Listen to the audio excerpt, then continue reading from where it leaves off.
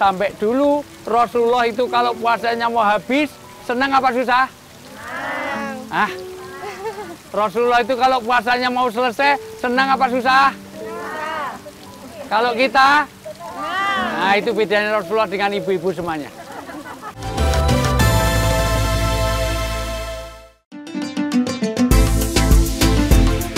Ketika sebuah nyawa telah dititipkan, apakah kita berhak mencabutnya? Apakah ketidaksiapan menjadi alasan untuk menolak pemberian Tuhan? Sebagian orang menganggap ini adalah pilihan, bukan sesuatu yang harus dipertanggungjawabkan. Tapi, benarkah begitu? Allah adalah pemberi rezeki. Jika Dia telah menitipkan kehidupan, tidakkah kita yakin bahwa Dia juga akan mencukupi? Lalu apakah menggugurkan amanah ini adalah jalan yang benar? Ataukah justru jalan menuju penyesalan? Assalamualaikum warahmatullahi wabarakatuh. Waalaikumsalam warahmatullahi wabarakatuh. Semuanya sehat? Alhamdulillah. Puasanya ada yang bolong-bolong? Alhamdulillah. Karena puasa ini betul-betul dimuliakan. Sampai dulu Rasulullah itu kalau puasanya mau habis, senang apa susah? Senang. Ah, Rasulullah itu kalau puasanya mau selesai, senang apa susah? Susah. Kalau kita? Senang. Nah, itu bedanya Rasulullah dengan ibu-ibu semuanya.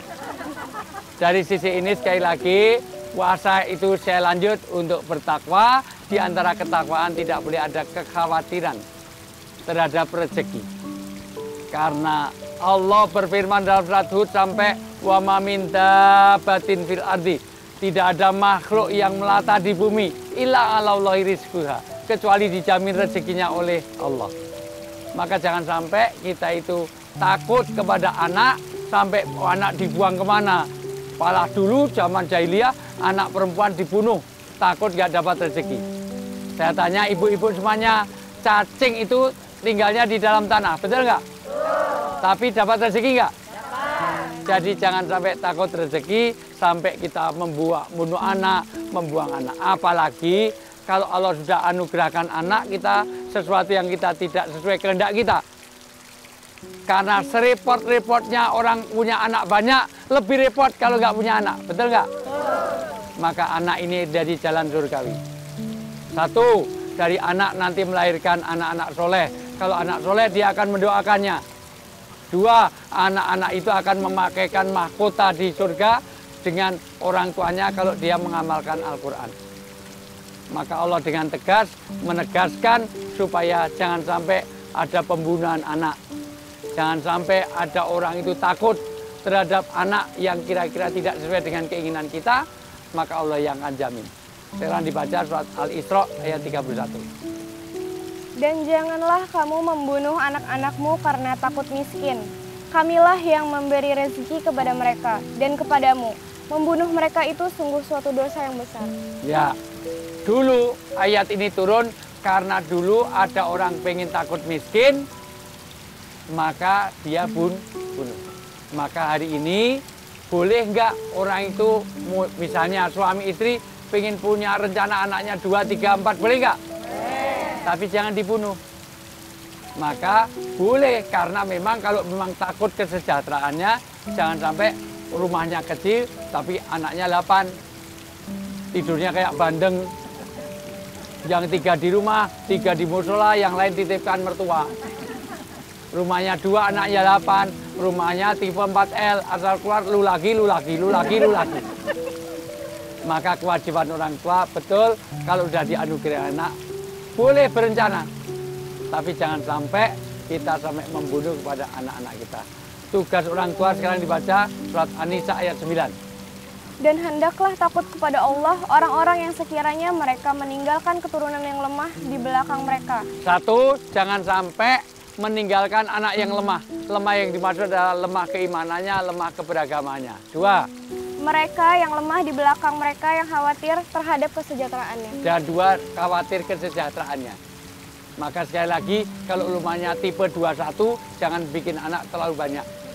Berikutnya, Mereka yang hendak berbicara tutur kata yang benar. bertutur kata yang baik dan diajar ketakwaan.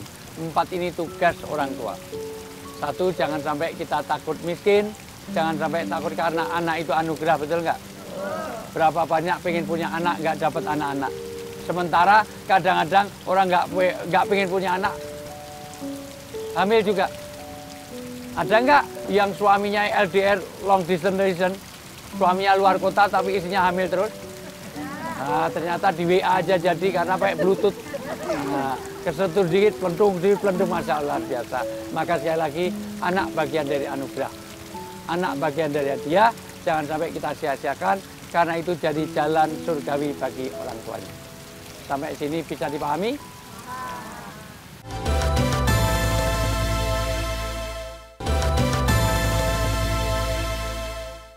Sampai sini ada pertanyaan? Banyak. Silakan. Assalamualaikum warahmatullahi wabarakatuh. Waalaikumsalam warahmatullahi wabarakatuh. Perkenalkan, nama saya Sri Susilawati. Saya mau bertanya Pak Ustadz. Tetangga saya hamil 4 bulan atau 5 bulan. Setelah cek kandungannya, dokter mengatakan anaknya ada kelainan atau cacat. Menurut medis boleh digugurkan. Tetapi menurut Islam apakah boleh? Terima kasih Pak Ustadz. Tolong penjelasannya. Bagaimana kalau kita punya anak kita itu tidak sesuai kita harapan. Entah itu cacat, entah itu mungkin ya prematur. Boleh nggak digugurkan? Tidak. Kalau direncanakan dari awal boleh. KB boleh nggak? Keluarga berencana boleh, tapi caranya tidak dengan menggugurkan. Bagaimana kalau anak sudah jadi seperti itu, maka itu termasuk pembunuhan, tidak boleh. Apalagi sudah usia 4 bulan, itu sudah ditiupkan ruh. Seluruh ulama sepakat, NU, Muhammadiyah sepakat, semua sepakat, jangan sampai kita membunuh apa yang digugur, apa yang dikandungan, karena siapa tahu, Allah tahu yang terbaik bagi kita. Boleh jadi yang kita tidak suka, itu baik bagi kita, dan boleh baik jadi apa yang kita suka itu tidak baik bagi kita. Allah berfirman, tolong dicatat baik-baik dalam surat Al-Baqarah ayat 216. Boleh jadi kamu menyukai sesuatu, padahal itu jelek bagi kamu, dan boleh jadi kamu membenci sesuatu, padahal itu baik bagi kamu. Allah tahu yang terbaik. Anak urid, anta turid, wallahu yurid. Saya berkehendak, Bapak Ibu berkehendak, di atas kehendak kita ada kehendak Allah yang terbaik. Wallahu a'lam bishawab. Assalamualaikum warahmatullahi wabarakatuh. Waalaikumsalam warahmatullahi wabarakatuh.